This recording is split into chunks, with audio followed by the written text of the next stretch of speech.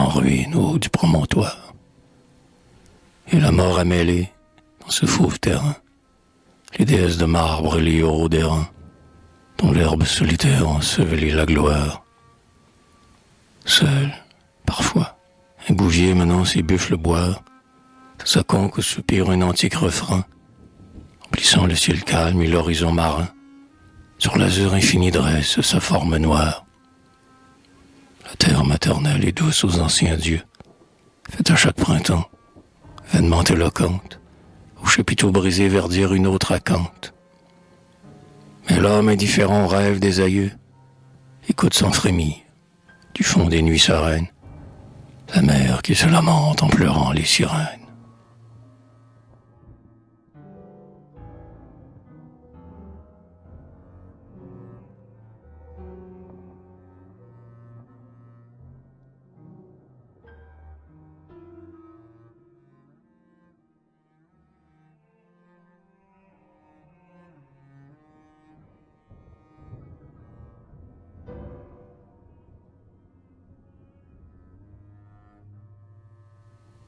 N'aimait.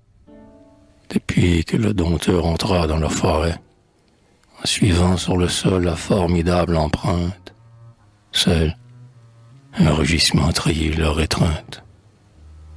Tout s'étue. Le soleil s'abîme et disparaît. À travers le hallier, la ronce et le guéret, le pâtre épouvanté qui s'enfuit vers Tyrinthe, se tourne et voit d'un œil élargi par la crainte surgir au bord des bois le grand fauve en arrêt. Il s'écrie. Il a vu la terreur de Némée, qui sur le ciel sanglant ouvre sa gueule armée, et la crinière éparse et les sinistres crocs. Car l'ombre grandissante avec le crépuscule fait, sous l'horrible peau qui flotte autour d'Hercule, mêlant l'homme à la bête, un monstrueux héros.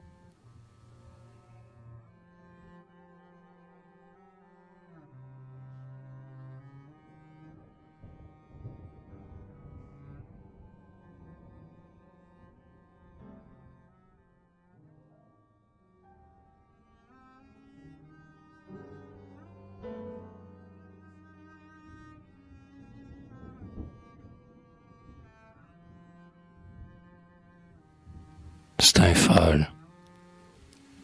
Et partout devant lui, par milliers, les oiseaux, de la berge fangeuse où le héros dévale, s'envolaient, ainsi qu'une brusque rafale, sur le lugubre lac dont clapotaient les eaux. D'autres, d'un vol plus bas croisant leur noir réseau, frôlaient le front baisé par les lèvres d'omphale, quand, ajustant au nerf la flèche triomphale, l'archer superbe fit un pas dans les roseaux. Et dès lors, les nuages effarouchés qu'il crible, avec des cris stridents plus d'une pluie horrible, que l'éclair meurtrier rayait de traits de feu. Enfin, le soleil vit, à travers ses nuées, où son arc avait fait d'éclatantes trouées, Hercule tout sanglant sourire au grand ciel bleu.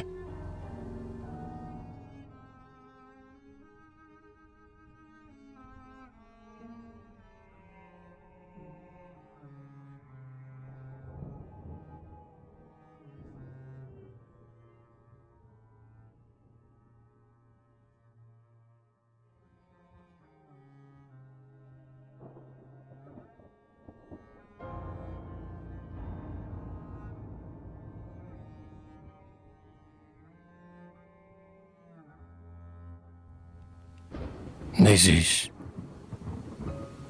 du temps que je vivais mes frères pareils, comme ignorants de son meilleur ou pire, les monts Saliants étaient mon vague empire, et leurs torrents glacés lavaient mon poil vermeil. Tel j'ai grandi, beau, libre, heureux, sous le soleil.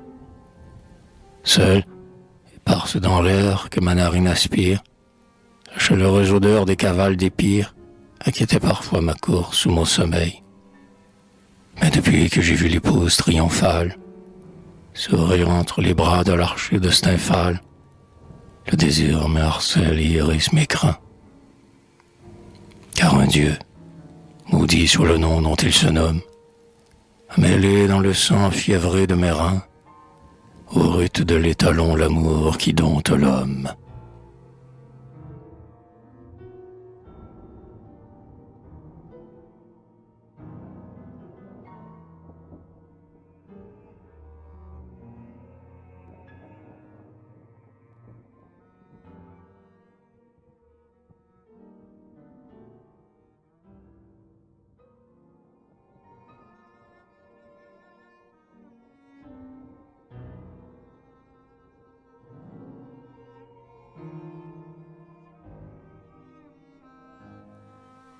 La Centauresse, jadis, à travers bois, rocs, torrents et vallons, errait le fier troupeau des centaures sans nombre.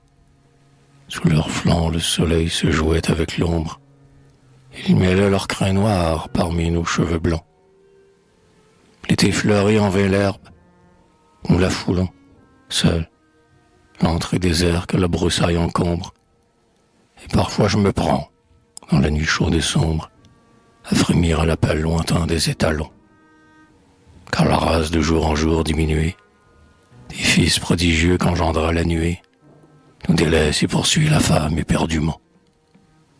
C'est que leur amour même au brut nous ravale, le cri qu'ils nous arrachent est un hennissement, et leur désir en nous n'étreint que la cavale.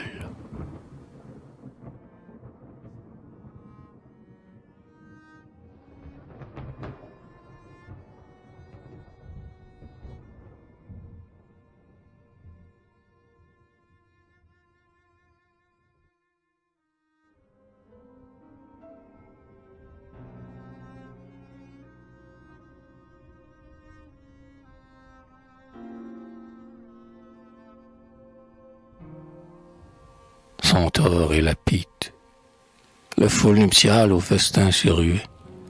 Centaures et guerriers ivres, hardis et beaux, et la chair héroïque, au reflet des flambeaux, se mêle au poil ardent des fils de la nuée. Rire, tumulte, un cri, l'épouse polluée, que presse un noir poitrail, sous la pourpre en lambeaux, se débat. Mais les reins sonnent au choc des sabots, et la table s'écroule à travers la huée. Alors, celui pour qui le plus grand étonnant se lève. Sur son crâne, un mufle léonin se fronce, hérissé de crins d'or. C'est Hercule. Et d'un bout de la salle immense à l'autre bout, dompté par l'œil terrible la colère bout, le troupeau monstrueux en renâclant recule.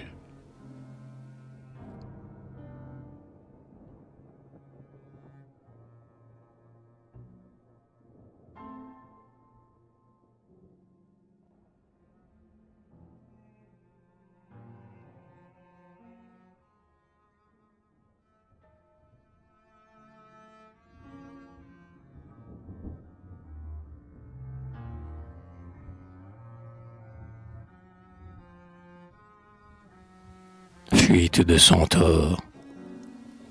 Il fuit, ivre de meurtre et de rébellion, vers le mont escarpé qui garde leur retraite.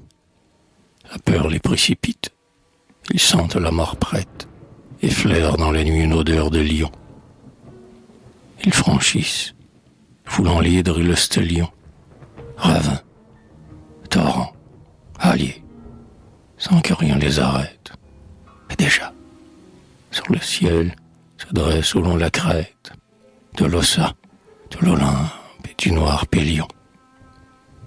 Parfois, un des fuyards de la Farocharde se cabre brusquement, se retourne, regarde et rejoint d'un seul bond le fraternel bétail, car il a vu la lune éblouissante et pleine, allongée derrière eux, suprême épouvantail, la gigantesque horreur de l'ombre herculéenne.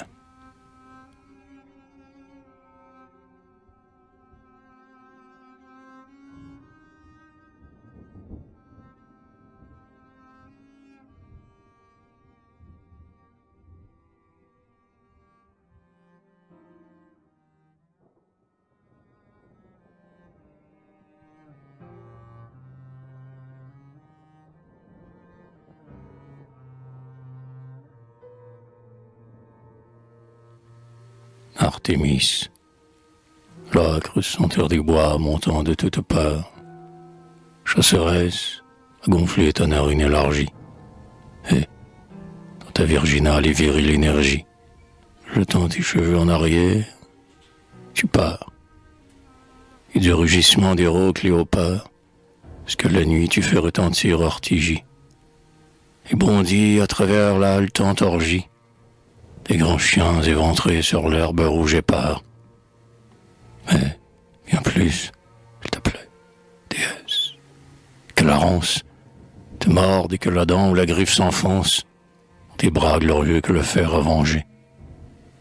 Car ton cœur veut goûter cette douceur cruelle de mêler dans tes yeux une pourpre immortelle au sang horrible et noir des monstres égorgés.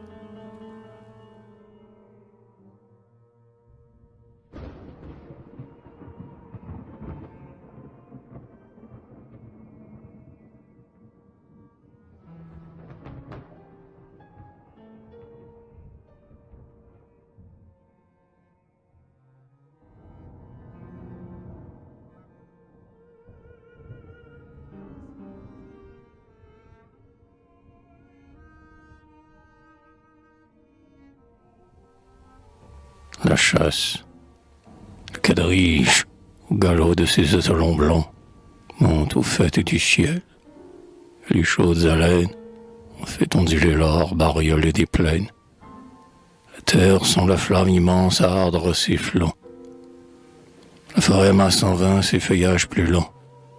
Le soleil, à travers les cimes incertaines, et l'ombre rit le timbre argentin des fontaines, se glisse. Darde et lui aux jeux étincelants. C'est l'heure flamboyante où, par la ronce et l'herbe, bondissant au milieu des molosses, superbe, dans les clameurs de mort, le sang et les abois, faisant voler les traits de la corde tendue, les cheveux dénoués, haletante, éperdue, invincible, Artémis épouvante les bois.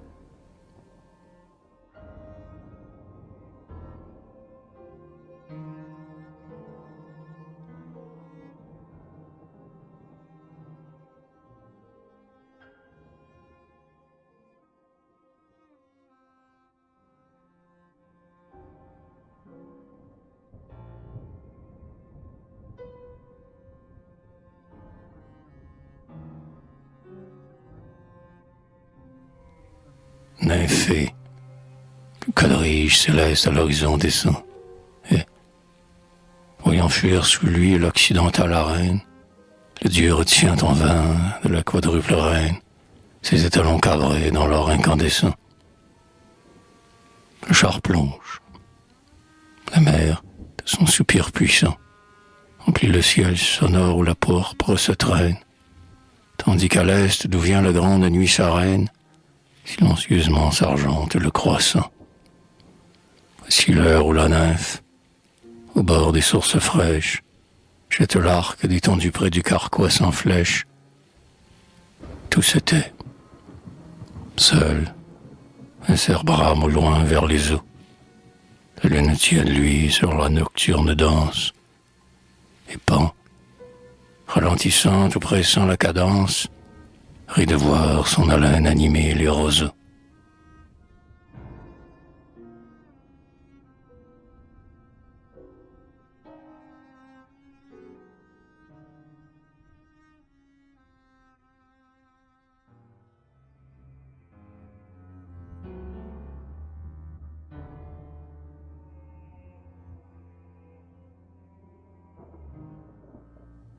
Pan, à travers les halliers, par les chemins secrets qui se perdent au fond des vertes avenues, le chèvre-pied des vains chasseurs de nymphes nues se glisse, l'œil ardent, sous les hautes forêts.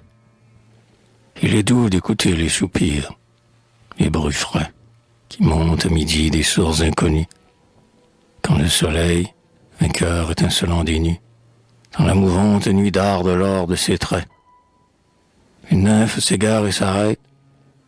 Elle écoute, Les larmes du matin qui pleuvent goutte à goutte sur la mousse. L'ivresse emplit son jeune cœur. Mais d'un seul bond, le dieu du noir taillit ses lances, la saisit, frappe l'air de son rire moqueur, disparaît, et les bois retombent au silence.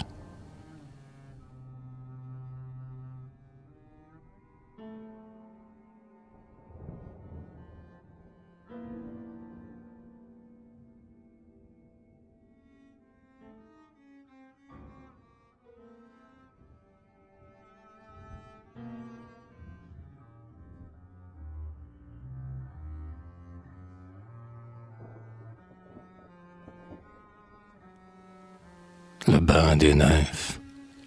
C'est un vallon sauvage abrité de luxin.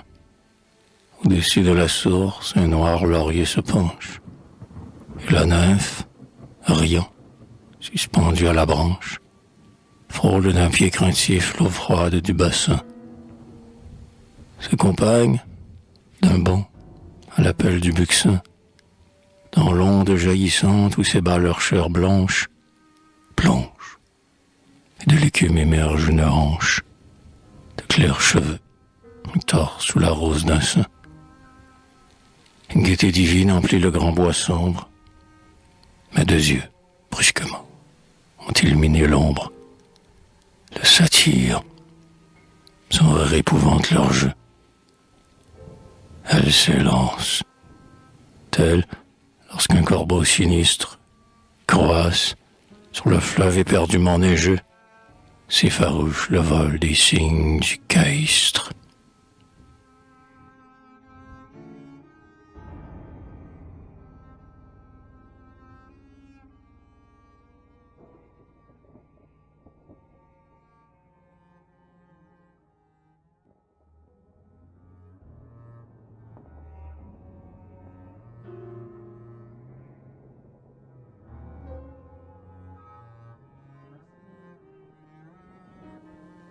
Le vase, l'ivoire est ciselé d'une main fine et telle que l'on voit les forêts de colchis et des jasons. Et mêlée aux grands yeux magiques, la toison repose, étincelante, au sommet d'une stèle. Auprès d'eux est couché le Nil, source immortelle des fleuves.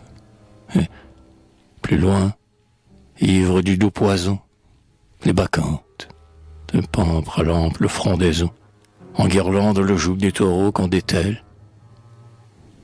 Au-dessous, c'est un choc hurlant de cavaliers. Puis les héros rentrant morts sur leurs boucliers, et les vieillards plaintifs et les larmes des mères.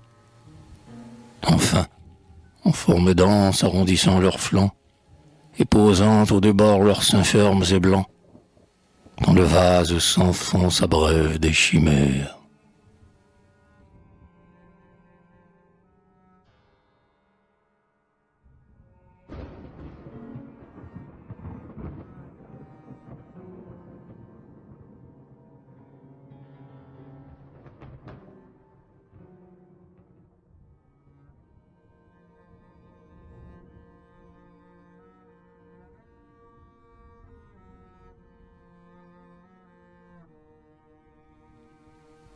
Ariane, au choc clair vibrant des cymbales de rein, née, allongée au dos d'un grand tigre, la reine regarde, avec l'orgie immense qui l'entraîne, Iacos s'avancer sur le sable marin. Et le monstre royal, ployant son large rein, sous le poids doré, foule la blonde arène, et, frôlée par la main d'où pend l'errante reine, en rugissant d'amour, mord les fleurs de son frein. Laissant sa chevelure à son flanc qui se cambre, parmi les noirs raisins rouler ses grappes d'ambre, l'épouse n'entend pas le sourd rugissement. Et sa bouche éperdue, ivre enfin d'ambroisie, oubliant ses longs cris vers l'infidèle amant, rit au baiser prochain du dompteur de l'Asie.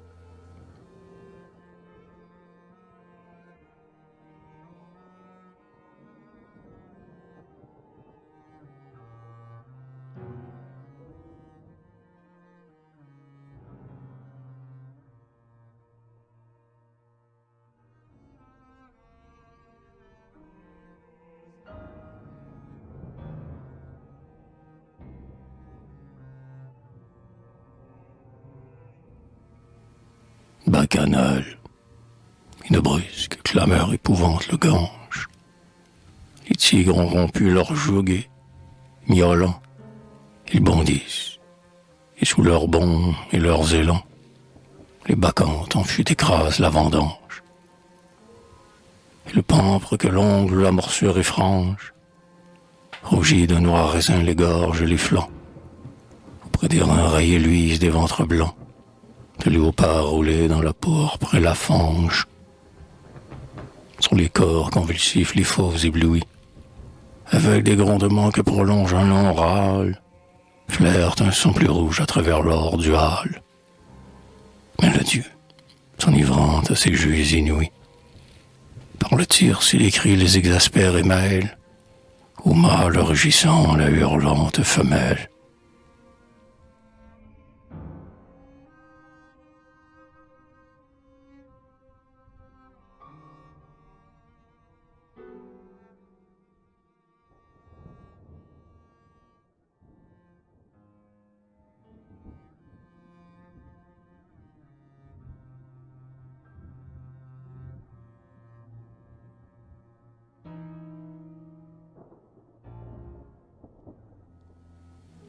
Le réveil d'un dieu, la chevelure éparse et la gorge meurtrie, irritant pour les pleurs l'ivresse de leur sens, les femmes de Byblos, en lugubres accents, mènent la funéraire et lente théorie.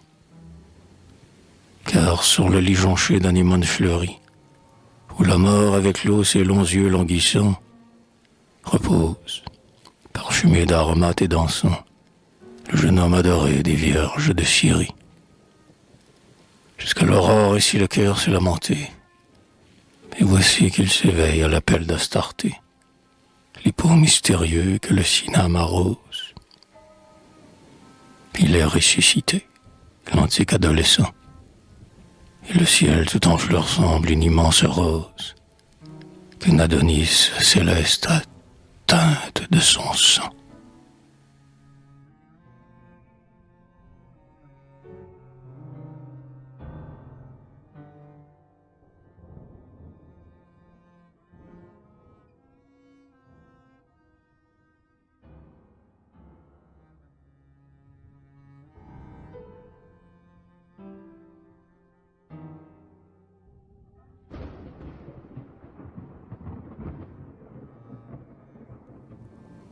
La magicienne, en tout lieu, même au pied des autels que j'embrasse, je la vois qui m'appelle et m'ouvre ses bras blancs. Ô Père vénérable, ô Mère dont les flancs m'ont porté, suis-je né d'une exécrable race? Le mollepide vengeur n'a point dans sa materasse secoué vers le seuil les longs manteaux sanglants. Et, malgré moi, je fuis. Le cœur là, les pieds là. J'entends les chiens sacrés qui hurlent sur ma trace. Partout je sens, j'aspire, à moi-même, ô Dieu, les noirs enchantements et les sinistres charmes dont m'enveloppe encore la colère des dieux. Car les grands dieux ont fait d'irrésistibles armes, de sa bouche enivrante et de ses sombres yeux, pour armer contre moi ses baisers et ses larmes.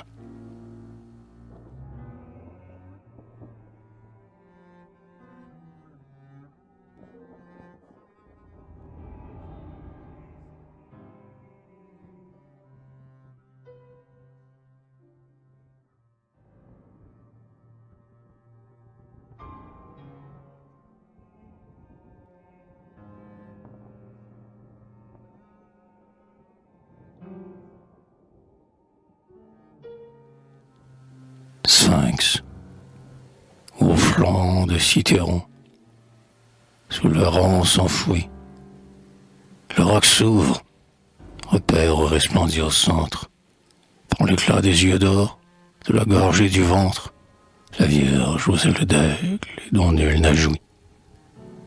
Et l'homme s'arrêta sur le seuil, ébloui.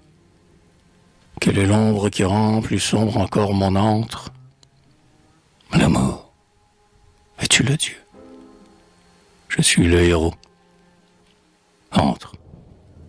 Mais tu cherches la mort. L'oses-tu braver? Oui. Balai refondonta la chimère farouche. N'approche pas. Ma lèvre fait frémir ta bouche. Viens donc.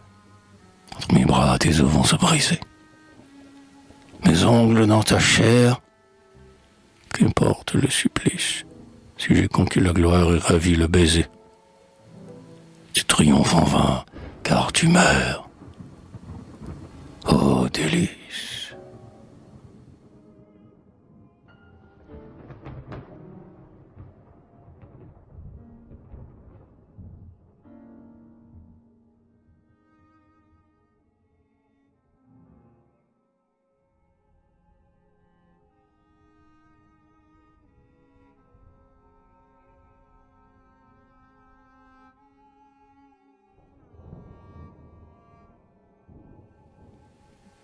Marsyas, les pins du bois natal que charmait ton haleine n'ont pas brûlé ta chair, ô malheureux. Tes os sont dissous, et ton sang s'écoule avec les eaux que les mondes frigés épangent vers la plaine. Le jaloux Citharède, orgueil du ciel hélène, de son plectre de fer brisé tes roseaux, qui, domptant les lions, enseignaient les oiseaux. Il ne restait plus rien du chanteur de Célène. Rien qu'un lambeau sanglant qui flotte au tronc de l'if, auquel on l'a lié pour l'écorcher tout vif. Ô Dieu cruel, ô cri, voix lamentable et tendre. Non, vous n'entendrez plus, sous un doigt trop savant, la flûte soupirer aux rives du méandre, car la peau du satyre est le jouet du vent.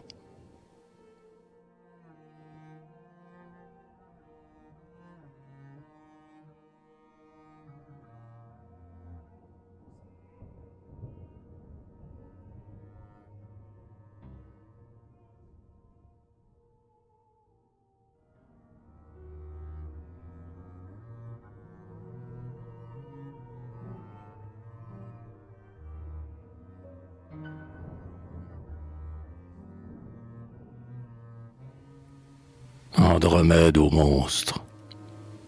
La Vierge Céphéenne, hélas, encore vivante, liée, échevelée, au roc des noirs îlots, se lamente en tordant avec de vains sanglots, sa chair royale au court, un frisson d'épouvante. L'océan monstrueux que la tempête évente, crache à ses pieds glacés l'âcre bave des flots, et partout elle voit, traverser cils clos, bâiller la gueule glauque, innombrable et mouvante. Tel qu'un éclat de foudre en un ciel sans éclair, tout à coup, retentit un hennissement clair.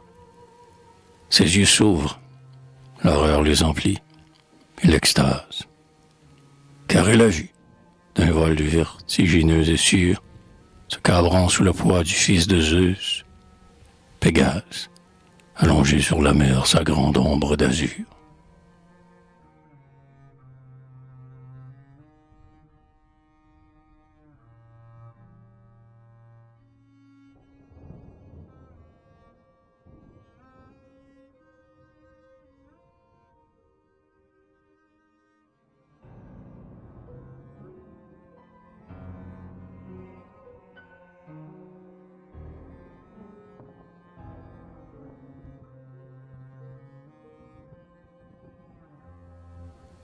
Persée Andromède, au milieu de l'écume arrêtant son essor, le cavalier vainqueur du monstre et de Méduse, ruisselant d'une bave horrible, le sang fuse, emporte entre ses bras la Vierge aux cheveux d'or. Sur les talons divins, frère de Chrysaor, qui piave dans la mer et n'y refuse, il a posé la menthe éperdue et confuse, qui lui rit l'étreint et qui sanglote encore. Il l'embrasse, là où l'enveloppe leur groupe. Elle, d'un faible effort, ramène sur la croupe ses beaux pieds qu'en fuyant baise un flot vagabond.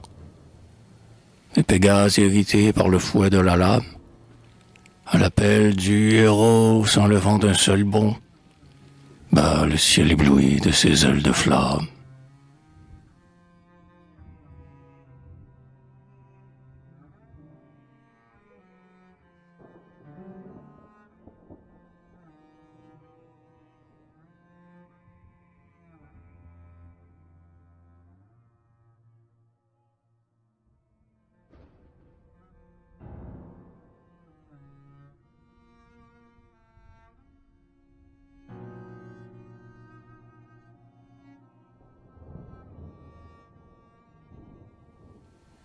Le ravissement d'Andromède, d'un vol silencieux, le grand cheval ailé, soufflant de ses naseaux élargit l'air qui fume, les emporte avec un frémissement de plumes, à travers la nuit bleue et l'éther étoilé. Ils vont, l'Afrique plonge au gouffre flagellé, puis l'Asie, un désert, le Liban ceint de brume. Et voici qu'apparaît, toute blanche d'écume, la mer mystérieuse au vin sombre et ailé. Et le vent gonfle ainsi que deux immenses voiles, les ailes qui, volant d'étoile en étoile, aux amants enlacés font un tiède berceau. Tandis que, l'œil au ciel où palpite leur ombre, ils voient, irradiant du bélier au verseau, leur constellation poindre dans l'azur sombre.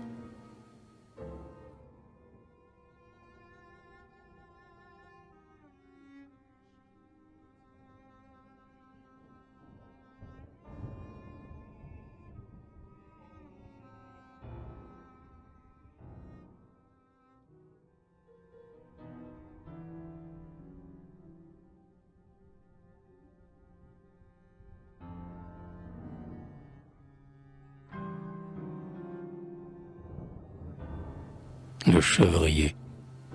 Ô berger, ne suis pas dans cet âpre ravin les bons capricieux de ce bouquin docile.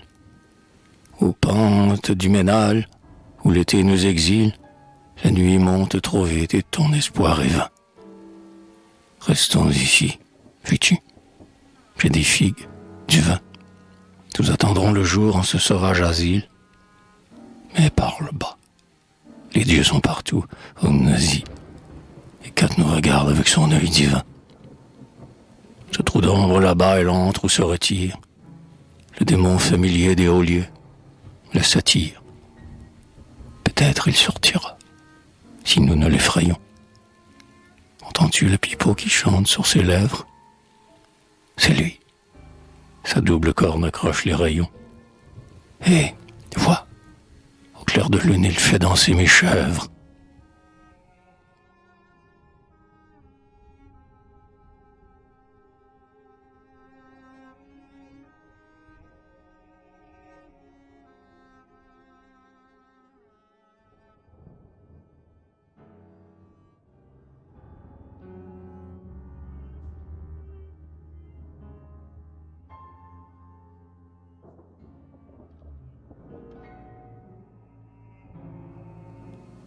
Les bergers. Viens. Le sentier s'enfonce aux gorges du Silène. Voici l'antre et la source, et c'est là qu'il se plaît à dormir sur un lit d'herbe et de serpolets, à l'ombre du grand pin où chante son haleine. Attache à ce vieux tronc moussu la brebis pleine. Sais-tu qu'avant un mois, avec son agnelet, elle lui donnera des fromages, du lait, plein d'un fileron, un manteau de salaine.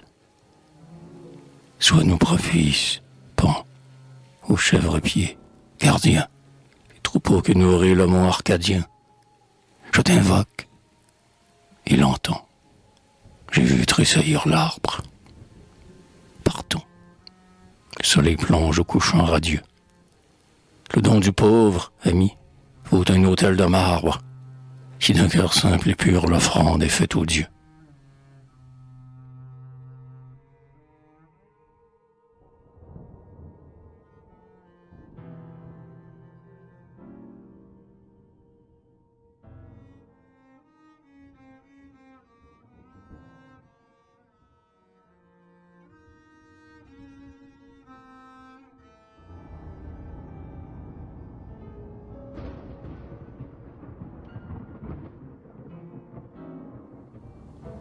épigramme votive, heureux d'Arès, à la belliqueuse discorde.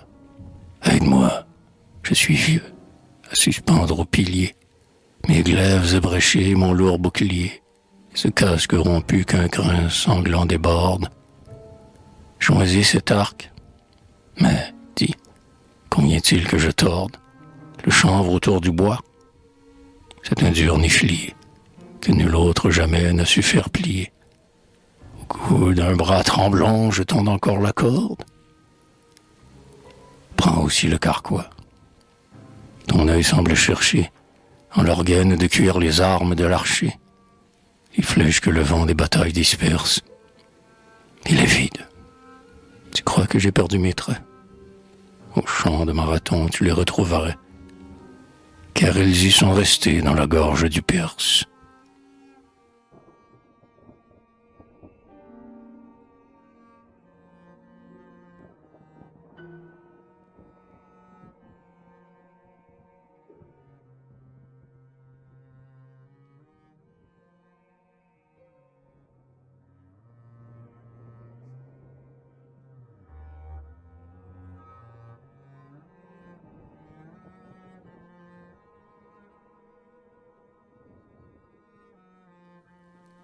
Épigramme funéraire. Ici étranger, la verte sauterelle, que durant 2 saisons nourrit la jeune ailée, et dont l'aile vibrant sous le pied dentelé bruissait dans le pain, le cytise ou l'airelle. Elle s'y tue, hélas, la lyre naturelle, la muse des guérets, des sillons et du blé, de peur que son léger sommeil ne soit troublé. Ah, passe vite, ami, ne pèse point sur elle. C'est là, blanche, au milieu d'une touffe de thym, sa pierre funéraire est fraîchement posée. Que d'hommes n'ont pas eu ce suprême destin. Des larmes d'un enfant sa tombe est arrosée, et l'aurore pieuse y fait chaque matin une libation de gouttes de rosée.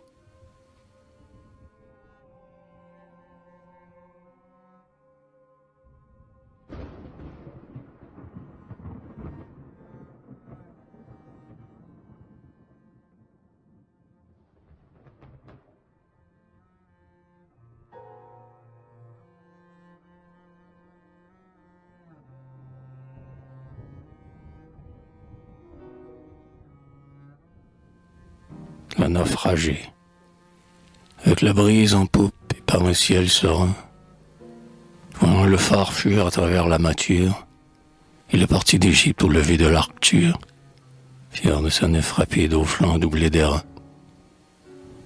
Il n'avouera plus le môle alexandrin, le sable où pas même un chevreau ne pâture, tempête de creuser cette triste sépulture, le vent du large y tord quelque arbuste marin. Au pli le plus profond de la mouvante dune, en la nuit, sans aurore et sans astre et sans lune, que le navigateur trouve enfin le repos. Ô terre, ô mer, pitié pour son ombre anxieuse, et sur la rive à la haine où sont venus ses eaux. Soyez lui, toi légère, et toi silencieuse.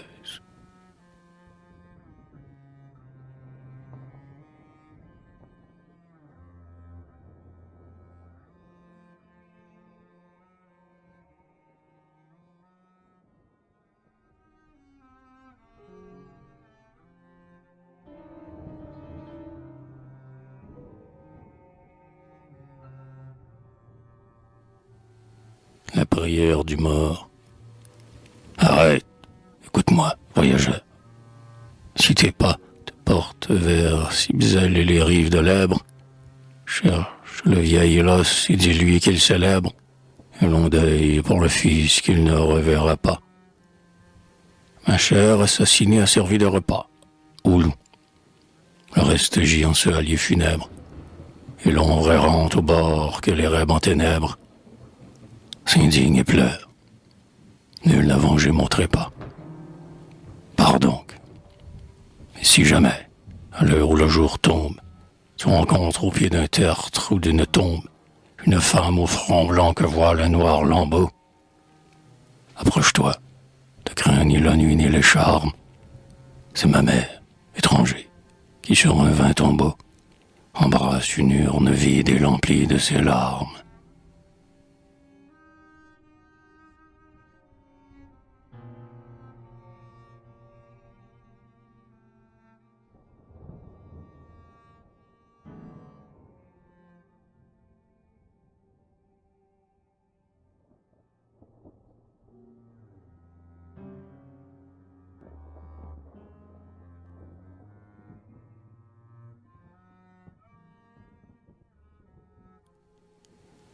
L'esclave, tel, nu, sordide, affreux, nourri des plus vils mets, esclave, vois, mon corps en a gardé les signes.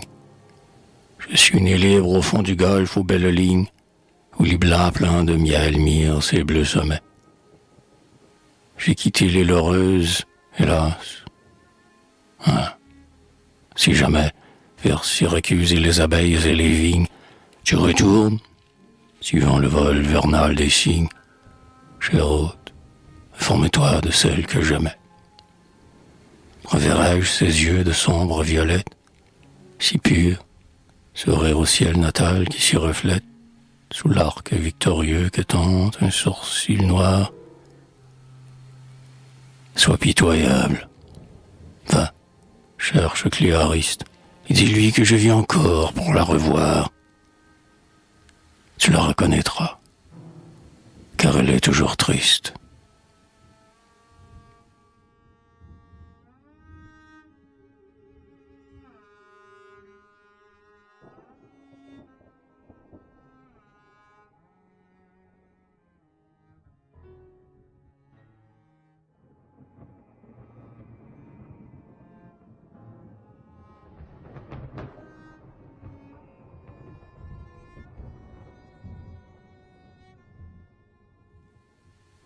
Le laboureur. De ce mois, la charrue, un joug, des socs luisants, la herse, l'aiguillon et la faux acérée, qui fauchait en un jour les épis du néré, et la fourche qui tend la gerbe aux paysans. Ces outils familiers, aujourd'hui trop pesants, le vieux parmis les voit l'immortellerie, par qui le germe éclot sous la terre sacrée. Pour lui, sa tâche est faite. Il a 80 ans. Près d'un siècle, au soleil, sans en être plus riche, il a poussé le coutre au travers de la friche, ayant vécu sans joie. Il vieillit sans remords. Mais il est là d'avoir tant peiné sur la glèbe, et songe que peut-être il faudra, chez les morts, labourer des champs d'ombre arrosés par les rêbes.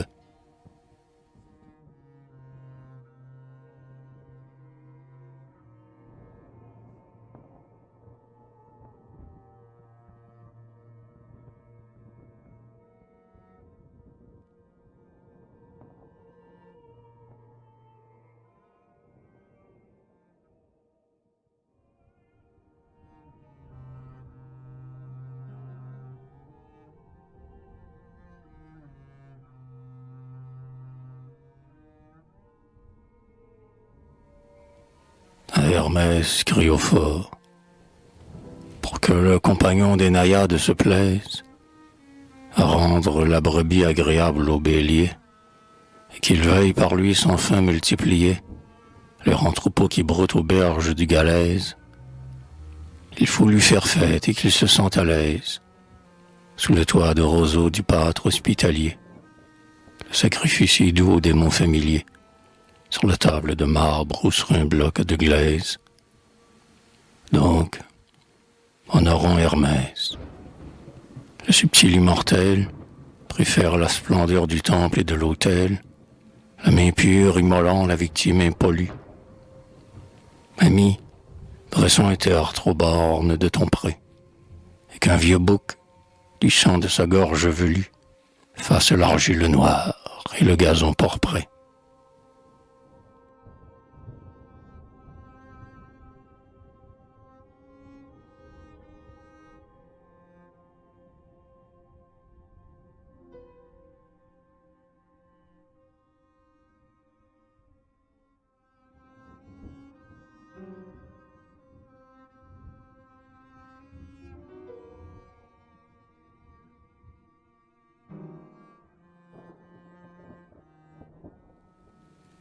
la jeune morte.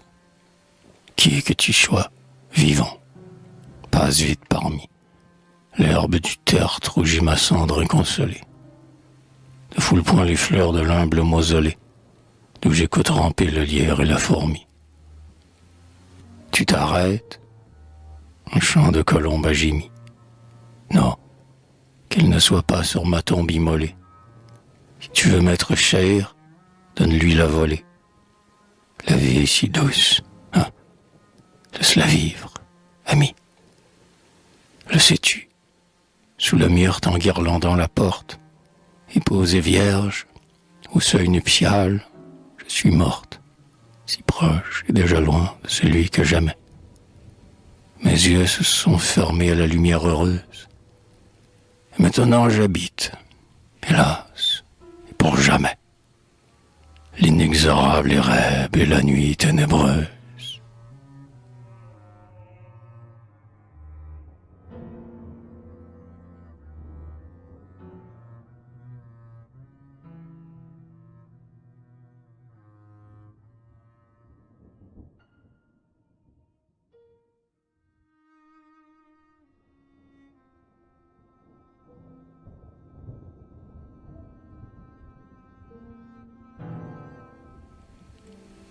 Régile, passant, ce marbre couvre Agna Régile, du sang de Ganymède et d'Aphrodite né. Le noble Hérode aima cette fille d'aînée. Heureuse, jeune et belle, elle est morte. Plein là. Car l'ombre dans le corps délicieux gît là. Je le prince infernal de l'île fortunée compte les jours, les mois et la si longue année, depuis que loin des siens, la parque l'exila. Hanté du souvenir de sa forme charmante, l'époux désespéré se lamente et tourmente, la pourpre sans sommeil du lit d'ivoire et d'or. Il tarde, il ne vient pas, et l'âme de l'amante, anxieuse, espérant qu'il vienne, vole encore autour du sceptre noir que lève Rhadamante.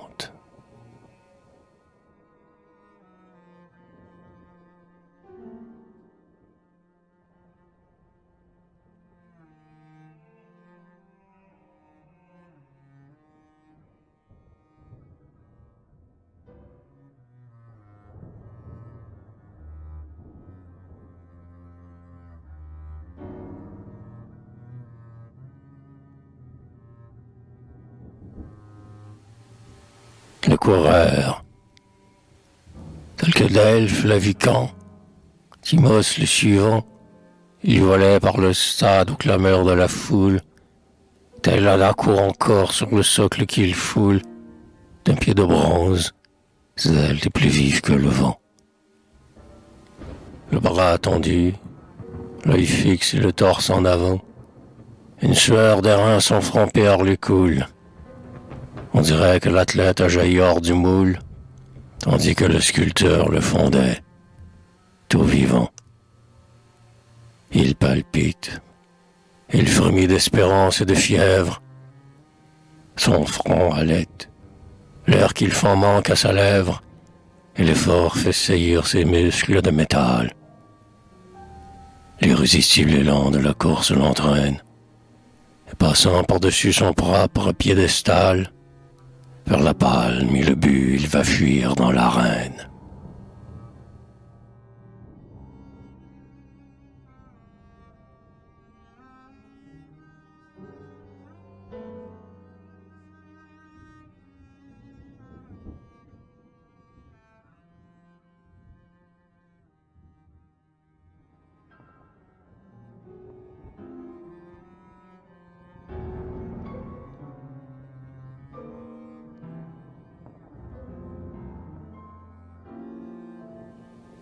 Le cocher, étranger, celui qui, debout au timon d'or, maîtrise d'une main par leur quadruple reine, Le chevau noir et tient de l'autre un fouet de frêne, guide un quadrige mieux que le héros castor, issu d'un père illustre et plus illustre encore.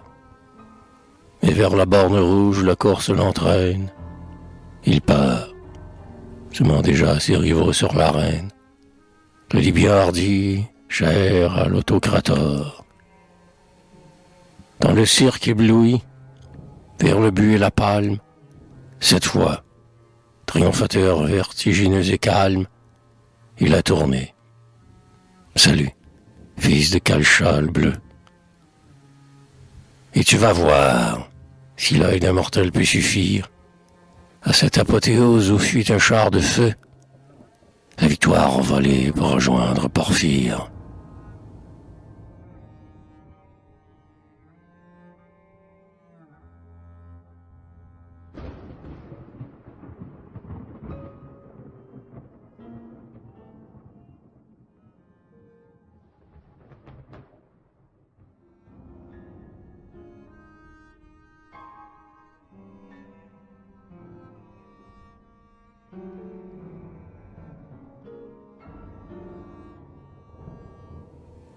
Sur l'Otris, l'air fraîchit, le soleil plonge au ciel radieux, le bétail ne craint plus le thon ni le bupreste, aux pentes de l'Otris l'ombre est plus longue. Reste avec moi, Géraud envoyé par les dieux, tandis que tu boiras un lait fumant, tes yeux contempleront du seuil de ma cabane agreste des cimes de l'Olympe aux neiges du Tynfrest, la riche Thessalie et les monts glorieux. Vois la mer et le bé, rouge au crépuscule, le calidrome sombre et l'eutade en terquille, fit son bûcher suprême et son premier autel.